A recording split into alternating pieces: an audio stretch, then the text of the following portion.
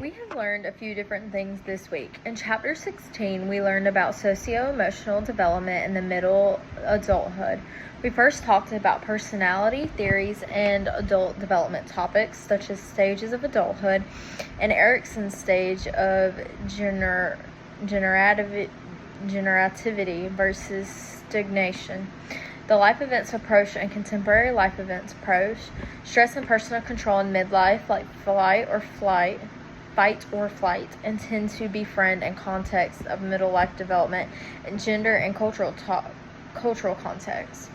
We then go into stability and change topics such as longitudinal studies and the Big Five Factors personality, Berkeley longitudinal studies, Helson Mills College study, George Vaillant studies, and conclusions such as personality traits continue to change during the adult years into late adulthood. The cumulative personality model of personality development states that with time and age, people become more adept to interacting with their environment in a way that promotes increased stability of personality, and in general, the changes that occur do so in a positive direction and are equated with becoming more socially mature. Lastly, we talked about close relationships, topics such as love, marriage, divorce at midlife, and how most people are content with their marriage at a young age, but middle-aged divorce rates tend to thrive. The empty nest and its refilling an empty nest syndrome, which is the decrease in marital satisfaction after children leave the home. Sibling relationships and friendships, in which relationships can be close or rivalrous. Grandparenting, in which is important in crisis, and grandmas tend to be closer than grandfathers are with their grandkids. And intergenerational relationships, in which they are sometimes described as the sandwich, squeezed, or overload generation because of the responsibilities they have for their own children and aging parents. In Chapter 17, we learned about physical development and late adulthood.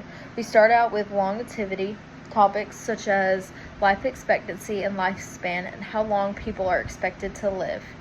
The young old and the oldest old, in which young old, those aged 65 to 84, and oldest old, those aged 85 or more.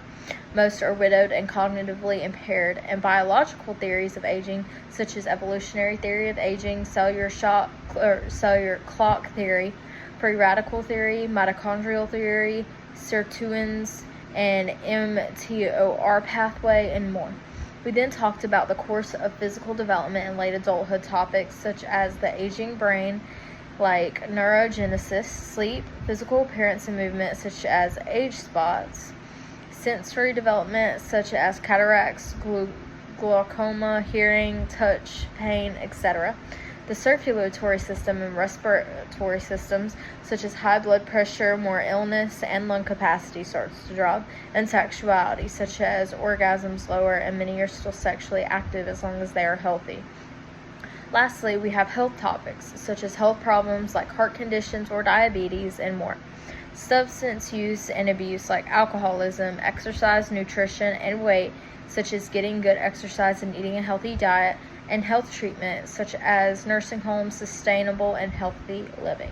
And that is what we have learned.